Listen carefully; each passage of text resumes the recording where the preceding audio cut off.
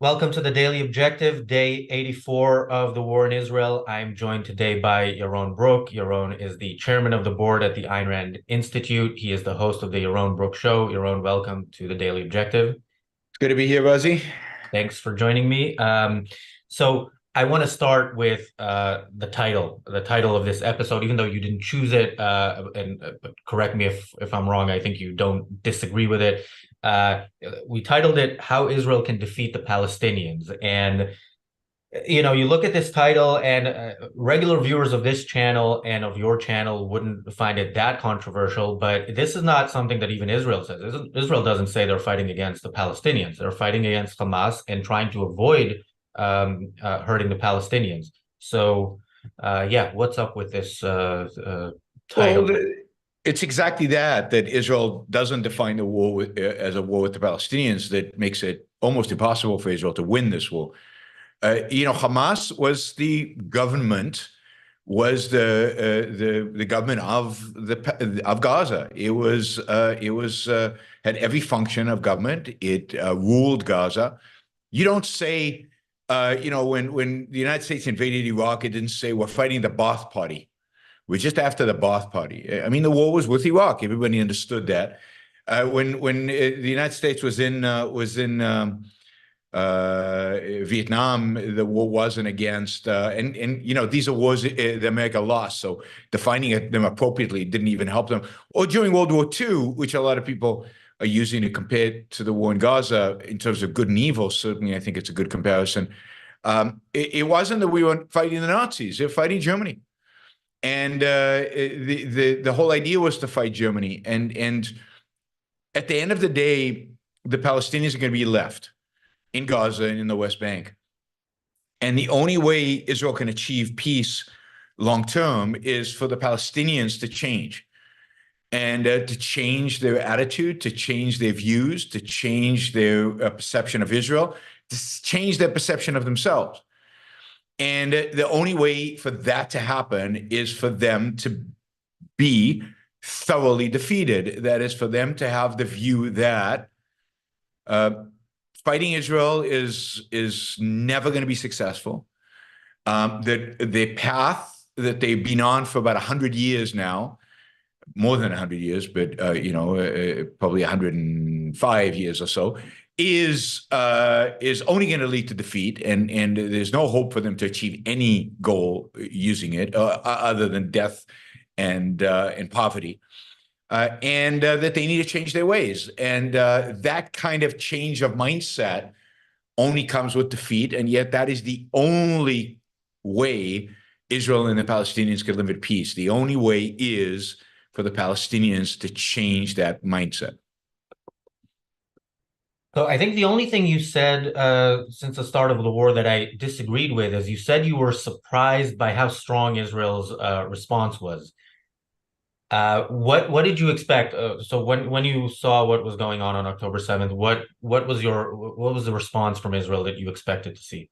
Yeah, I mean, I expected the response that Israel is engaged in the past. They'd bomb a little bit. They'd send some troops in, maybe some special forces in. They'd kill a bunch of the Hamas leadership. They'd bomb a bunch of their bases. They'd destroy a few tunnels. They declared that Hamas is wiped out, as they did in 2021, not that long ago.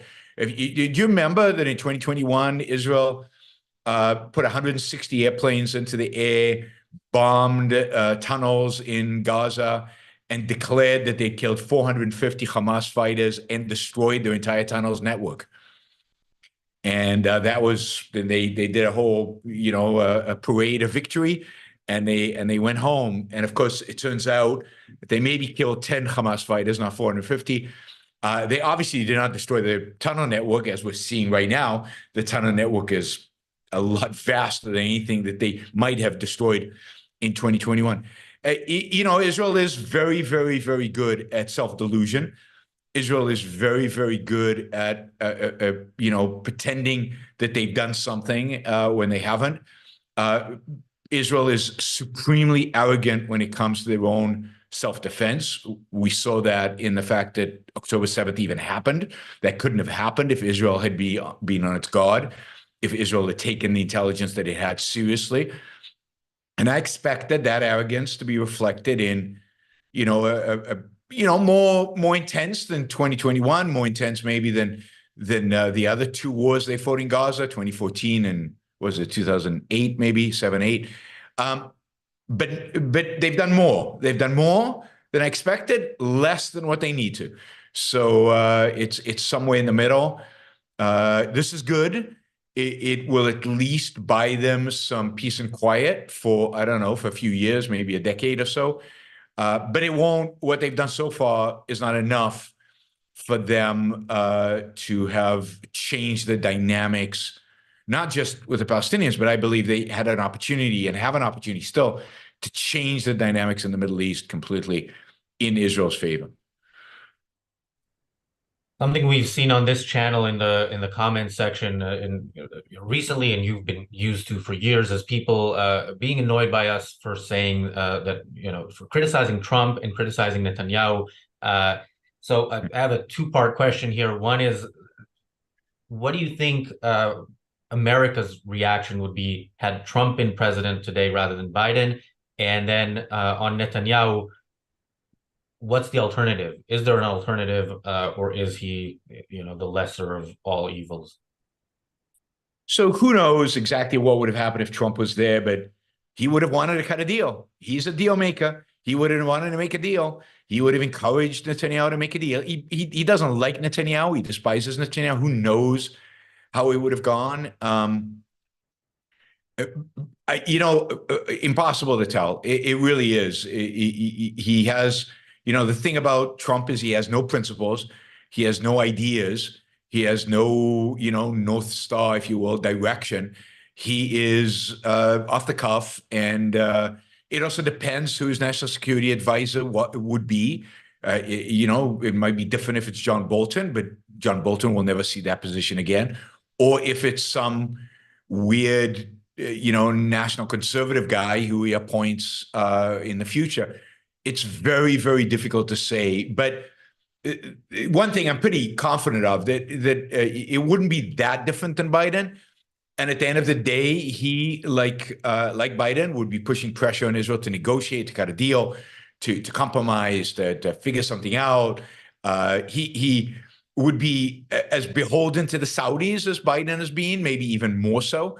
The Saudis are very much engaged with and related to the Trump family, and I'm sure he would have his. He would be very open to any suggestions the Saudis might have. So, yeah, I don't think it would be dramatically different than Biden, but it could be much worse, and it could be better. It could have been better. But it's impossible to say, and there certainly is a possibility it's worse. Remember, most of the pro-Israel stuff that Trump did, he did because he did under the guidance of his brother-in-law, his son-in-law, Kushner, and I'm not sure he would be involved in a future administration of Trump.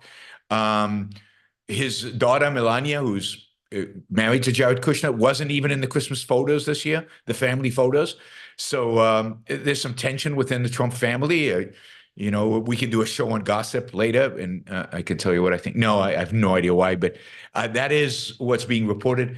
Who knows? Kushner was the guy who was really pro-Israel, and also very pro-Saudi Arabia. He got rewarded for that by getting $2 billion of Saudi money for his private equity fund. So Kushner, is busy investing the Saudi money all over the place. Given the people around Trump, I don't know that would be good. But on the other hand, Trump has to appease the evangelicals, right? Trump's base are the evangelicals, and the evangelicals love Israel for all the wrong reasons, but they love Israel because one day the evangelicals will decide that the next war that Israel's engaged in is actually the war that leads to Armageddon, where Jesus comes back and all the Jews convert to Christianity or go to hell. And then they'll flip. So who knows what, when somebody's a mystic, you cannot predict their alliance from year to year. So I don't know, but I wouldn't think it would be dramatically better. In terms of in terms of Netanyahu, I don't know. Anybody would it be better? Anybody just randomly throw a dart at the Knesset roster? I'm sorry, guys. I've been saying this since, I don't know, about 2000. When Netanyahu was first prime minister, I think it was 97 to 8, something like that. He was first prime minister for a short period of time after Rabin was assassinated. And he had written this great book on terrorism where he was never going to negotiate, you should never negotiate with terrorists. And one of the first things he did as prime minister was negotiate with Yasser Arafat and cut a deal. And it became evident that he was not a man of his word, not a man of principle. He gave great speeches. He still does. He gives the best speech in English anybody does, right? I mean, and Americans just melt when he speaks. He's got a great voice. He's got he's got charisma, and the speeches are really, really good. He doesn't give good speeches in Hebrew. I happen to know Hebrew, as do you, Razi, so we know this. And he's never lived up to any of his speeches. He's never done what he says he will do. He hasn't dealt with Hamas. He is responsible for October 7th because he had at least 3 opportunities over the last 16 years to deal with Hamas, and he did not. He hasn't dealt with Hezbollah. He's had multiple opportunities to deal with Hezbollah, and he has not. He hasn't dealt with Iran, even though he keeps talking about Iran. He keeps saying it's an existential threat to Israel. He hasn't done anything about Iran. He's had opportunities to deal with Iran. He's basically folded on those opportunities, defaulted on them. Why didn't he do it while Trump was president, and Trump was supposedly so pro-Israel? Why didn't Netanyahu just take out the Iranian nuclear program? So he grovels before the Americans. He grovels. I mean, he supported Hamas. Israel, under his leadership, has provided Hamas with electricity and water, and allowed them to be funded to the tune of billions and billions of dollars by the Qataris and the UN and the Americans and everybody else. And he's done nothing. He speaks a great, and then on top of that, from a domestic perspective, he appeases the worst elements of the religious right, the worst ultra-Orthodox elements within Israeli society. He appeases over and over again when he's had opportunities to form right-wing secular coalitions. He has refused to do so, and in favor of going with his ultra-Orthodox, crazy religious right who suck the Israeli treasury with massive amounts of welfare, and who refuse to send their young people to the army, even though all other Israelis have to go. They don't. They pray instead. And he's been willing to accommodate all their demands in terms of giving religion a priority in Israel in ways that I think are despicable and erode the separation of state from religion. And he'll do anything at the end of the day, and this is the bottom line, he'll do anything to sustain his political career. Bibi Netanyahu is all about power. Oh, the other thing is, of course, when he was finance minister, he was actually pretty good. Actually got some real, free market reforms in the government where he was not prime minister, but he was finance minister. As soon as he became prime minister, he shut down any future reforms. And the liberals within his government, those who wanted to expand liberal free market reforms in the economy, he shut them down. He wouldn't let anything get passed. So he's a power-lusting politician who has done nothing good. Nothing, all caps, nothing. So anybody would have done, I think, at least as bad of a job as he did. And maybe, by chance, one of them would have done a better job. I think just looking out there, I think Naftali Bennett would probably be a better prime minister if he had the right kind of coalition with him. I think they're probably, and I don't know the internal politics of the Likud, there are probably better people inside the Likud who could run it. There certainly have been many, many members in the Likud who reached the point where they thought they could be leaders and left the Likud. So there's a number of people outside of the Likud that could be better. It shouldn't be one of the generals. The generals, again, should be blamed. The previous generals, Gantz and all those guys, they were all responsible for October 7th. They were all responsible for the fact that the Israeli military does not have enough, for example, ammunition right now to sustain a long war on multiple fronts. They're all responsible for the fact that the Hamas was not taken seriously. It cannot be one of the last 5 or 6 generals. It has to be somebody, if on the political, I guess the political side, maybe somebody new, I don't know. But certainly, I think of all of them, I'm most impressed by Bennett. That doesn't mean anything until they become prime minister and we see what they do. Who knows? Yeah, we were told that this coalition is the most right wing in Israel's history, and on many issues it is. On how they're fighting this war, not so So much. as you might know, I don't like right left, and I don't consider myself right, and I don't support right. Is this the most pro individual rights? Is this the most capitalist? Is this the most liberty oriented government possible in Israel? And the answer to that is absolutely not.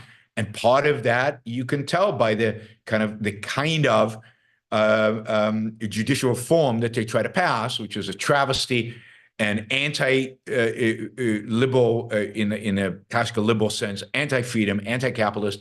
Israel might need legislative reform, certainly does, but this particular plan that they put together was one that only emboldened and increased the power of the legislature branch above all other branches in a way that leads to much more authoritarian government, not towards more freedom and liberalism. Yeah, and just before, by the way, I wanted to correct you. Ivanka is Trump's daughter. Melania is his wife. I don't know that he can tell the difference, so you certainly don't have to. But one of them wasn't in the photo. I don't know which one and what's going on inside there. Anyway, I don't think Kushner's on his good side these days, so I'm not sure he would make it into a future administration. He's not. I don't think he's quite. I don't know what edgy enough. I think his son, I forget, Trump Jr. is much more likely to be. Maybe I'll just make Trump Jr. a VP candidate. I think an all-Trump ticket would be ideal. Yeah, and the Trump family. Yeah. By the way, one of the reasons Netanyahu isn't on Trump's good side is because he, after the election, called to congratulate Biden, which is what people do after leaders do after elections, whether or not you like the person elected or not. Trump, of course, was pushing the election was stolen line, and he didn't like what Netanyahu. My guess is if Netanyahu had known that Trump might win again, he might have tackled that a little differently, given the political animal that he is. So Netanyahu a few days ago published an op-ed in the Wall Street Journal, and we discussed this on the reality show. And I didn't like it, even though some of the content was good ideas. One of which was that the Palestinian Authority cannot be involved in a future government in Gaza. Now, I didn't like it because I didn't believe that he is going to follow through. Do you think Netanyahu will prevent the U.S. and whoever wants the Palestinian Authority to be involved in a future Gaza government from doing so? No, again, that was a speech in English. He gave a good speech in English. He wrote a good op-ed, maybe a good op-ed, I haven't read it, in English. So I don't take anything he says in English seriously. It's targeted at a particular audience. It's very good at getting them riled up, but it means nothing.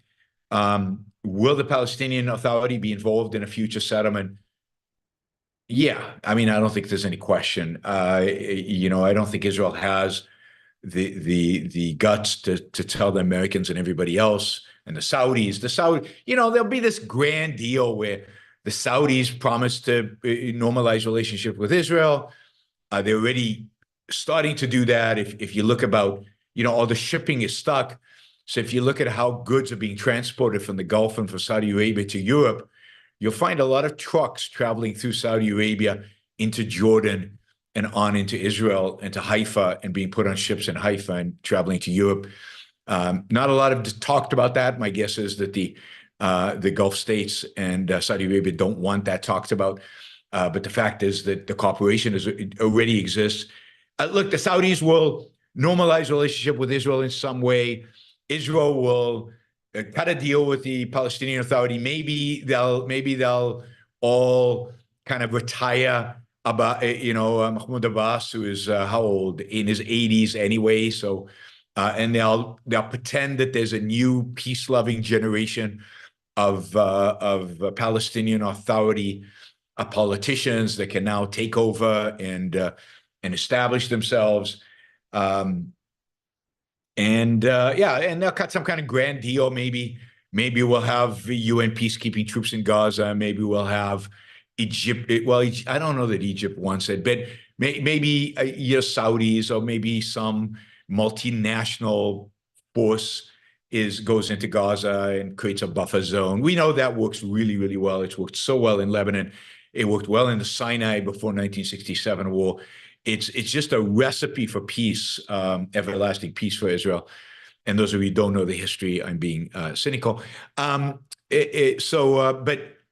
I think that's the outline of some deal. I mean, you're already seeing Israel's resolve weaken. Ehud Olmert, who was prime minister in the past of Israel, not a particularly crazy left-winger, and yet he published an op-ed today in Haaretz newspaper calling for an immediate, comprehensive cessation of fighting in exchange for hostage release and a negotiated settlement with the Palestinians.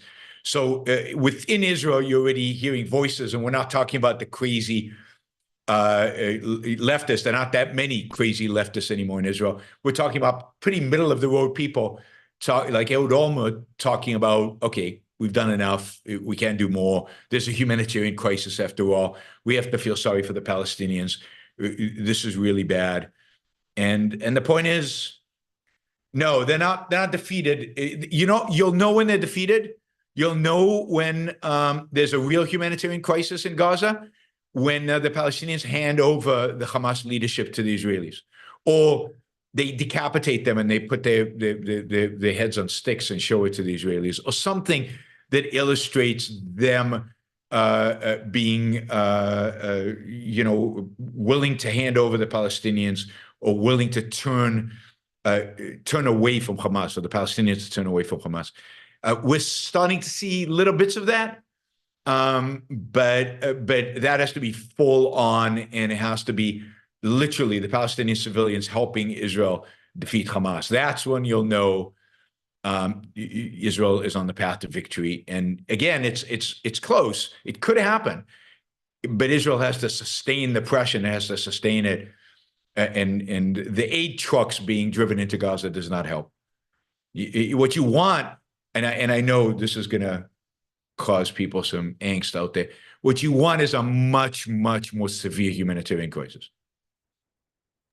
Yeah, in the first few days of after October 7th, it was reported that Israel told Egypt, if you send fuel trucks to Gaza, we will bomb them. A lot has changed since, which kind of leads me to my next question, which is, if you were in charge, or if you were an advisor to whoever is in charge, knowing there's geopolitical, diplomatic constraints or whatever, you don't want to piss off the US, what would you have done right after October 7th, and what would you do if you were to take over today? Well, I would have said to the Americans, and I would have said to the Israeli people, look, we will do whatever we can militarily to free the hostages, but we will not negotiate with Hamas. I would have told the Americans, we need your help, we need your ammunition, we need your military assistance, but butt out. We're going to try to make this fast. We're going to try to make this quick, but this is going to be bloody. A lot of Palestinian civilians are going to die. Prepare yourself. This is going to happen. And I would have never done a ceasefire and exchanged prisoners and allowed for aid to be in. I would have driven. First of all, I would have started bombing, and I would have invaded. Now, I don't have intelligence info, so granted, I can't say without that, but to the extent that you believe that Israel had already plans to invade Gaza, that they were drawn up before this, you'd think, at least from my time in the military, would be suggestive that they had. and they had enough and they could update them within 48 hours, I would have, within 48 hours, I would have invaded Gaza. I would have bombed the hell out of it. I would have told the Gazans that they have a lot less time than Israel gave them to evacuate south. Or I saw one Israeli ex-general propose telling them all to go to the beach. The sand, if you're between the ocean and the buildings, you're safe. Anywhere else, you're not safe. It's absurd that Rafah, for example, now has basically 2 million Palestinians in this tiny little place, and Hamas leadership is probably there, and they won't be able to get them because there are too many civilians. They're surrounded by them, and they can't get it. So to get the leadership, they would have had to get them in the first few days. So and enter in with as much might as possible, with as much power as possible before the Palestinians had time to set up, and use those bunker busting bombs, knowing that buildings are going to collapse, to get rid of some of the tunnels and destroy some of the tunnels, particularly if you thought, and look, you would have had to accept, and I said this on my show, I think on the 8th, you have to fight the wars if the hostages are dead. You just have to. And they can't weaken you. And what's happened is Israel's fighting the war. They're not bombing tunnels if they think the hostages might be there. They're very careful. They're very cautious. And that is allowing the Hamas leadership, who are probably surrounded by the hostages, to escape being killed and captured. And that cannot be allowed. So as tragic as it is, and as responsible as this Israeli government is for those hostages, because it's their fault, I just don't think you can win if you are focused on the hostage issue. And one last question: would you have also taken any military action in Judea and Samaria, the southern Lebanon, Iran? I think in Judea and Somalia, they're probably doing the right thing. It's on a lower flame right now. They're in 5 different, as of yesterday, day before yesterday. I think they're in 5 different cities in the West Bank, and they're taking out the people involved there. But I would have, and I said this on the 8th. On October 8th, I would have preemptively taken out Hezbollah, including, by the way, their entire leadership in Beirut. Again, I don't have the intelligence. Obviously, Nasrallah is afraid because he wouldn't even make a public appearance in front of his fans. He did it by video. So who knows? He might be in some, we all know, or I know, because I know this from 1982, that there are vast tunnel networks under Beirut, under West Beirut, where the Hezbollah, and before them, the PLO. The PLO dug the tunnels, and now the Hezbollah uses them. So who knows if you can get to the Hezbollah leadership? They might be so deep down. This is like, 40 years since 1982. So they've done some digging since then. But yeah, you would have, Israel needed to preempt it, preempt Hezbollah. What they're doing, the tit for tat they're doing in the northern border is ridiculous. Now, again, I don't have any special knowledge here. Israel might not have enough weapon systems to do that. Israel might not have enough troops. It might not have good enough intelligence. So there might be lots of reasons why they're not doing it. Supposedly, Israel was going to do it, and Biden talked them off of it. One of the reasons America sent a battle group to the Eastern Mediterranean off the coast of Israel, I think, was to basically say to Israel, look, if Hezbollah gets super aggressive, we'll help you out. We'll knock down the missiles out of there ourselves, from our ships. So that was Biden trying to get Israel not to attack Hezbollah.